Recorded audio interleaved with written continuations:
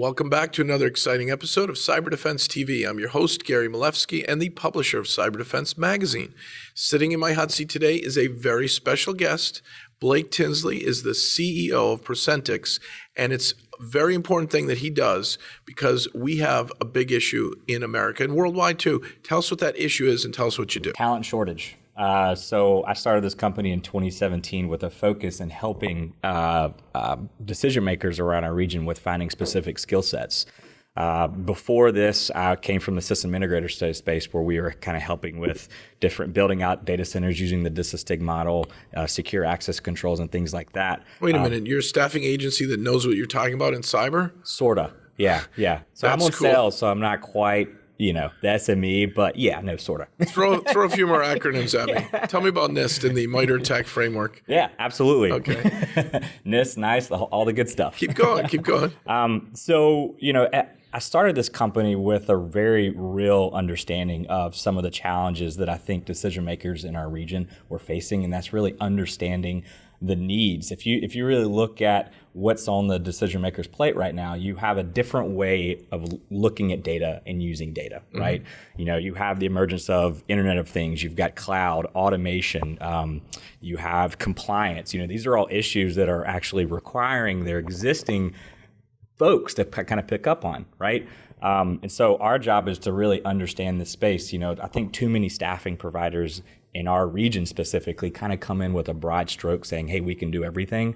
But that kind of falls back into the line of we can do everything but a master of none. So I felt like the Southeast region specifically could really leverage a staffing firm that really knew the cybersecurity engineering and analytics space. So where are you headquartered? Charlotte, North Carolina. And that's a great place? Yeah, no, it's growing. You have the big banks, it's a big boom. You have Raleigh and Greenville and Columbia. You have some tech hubs.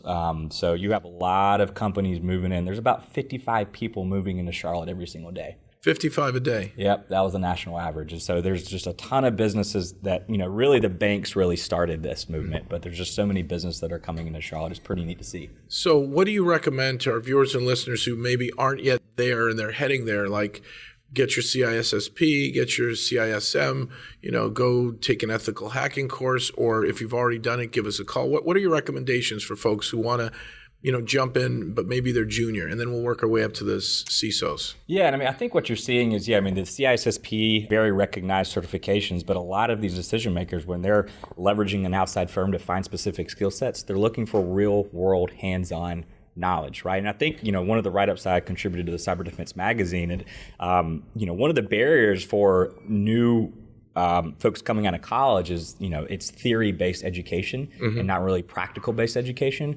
And so I think that these decision makers, with all of the initiatives they have going on, they need people that really understand not only how to operate in a true environment, but also have real-world product knowledge.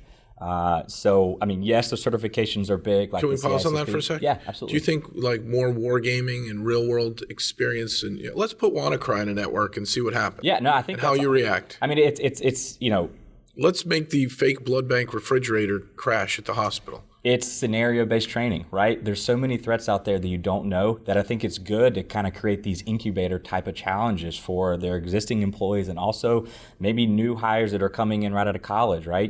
Create that incubator program that not only teaches, possible scenarios, but also what are some of the products that we're leveraging today to kind of protect our data, right? Those are some real good things that I think is really lacking.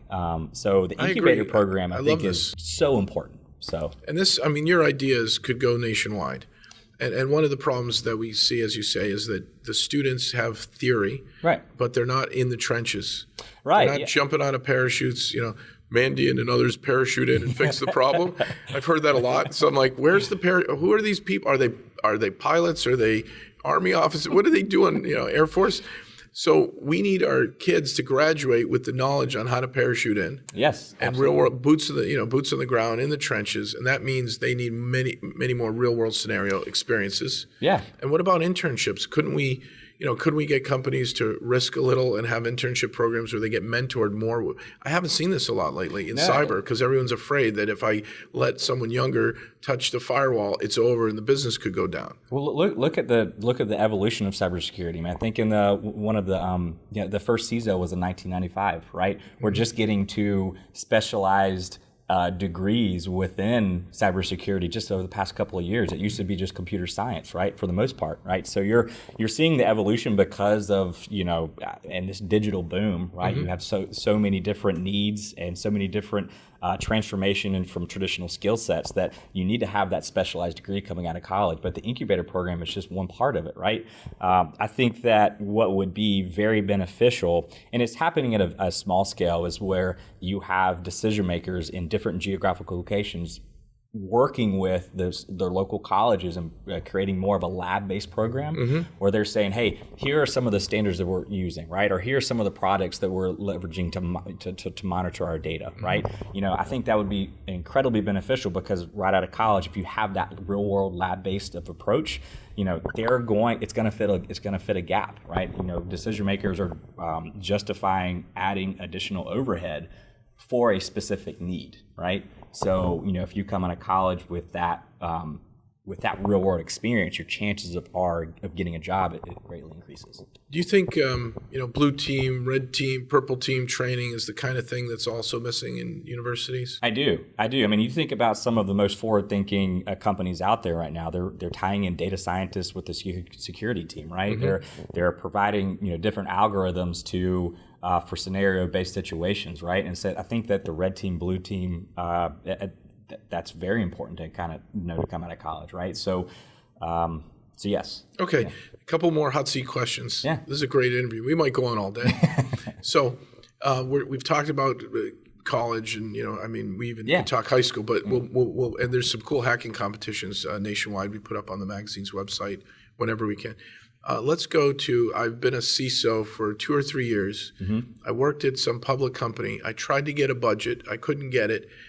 We got hacked. We got breached. I got fired. Now I'm looking for another job. Do I come to you for a job, and how do you help me? Yeah, no, absolutely. I mean, I think that because we know this space very well, we really know how to qualify both at the executive leadership level and at the functional level, right?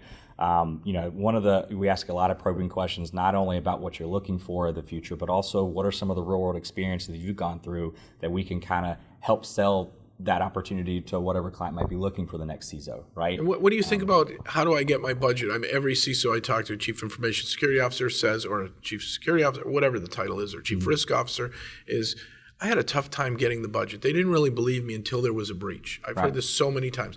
Hence, billions of records breached in America. There's 330 million people living in the country, and we're past the 11 or 12 billion record mark. Oh, yeah. So we've all lost our identity too many times to count. There's 230,000 malware bytes identified every single day. Right? Every single day. So what's your advice to one of these people on how to get their budget? Any thoughts? Yeah, absolutely. So, if you look at who's getting a budget increase year over year, it's actually CISOs are getting a 10% budget increase, right? And I think it's really about the messaging to the board about why you need that budget increase, right?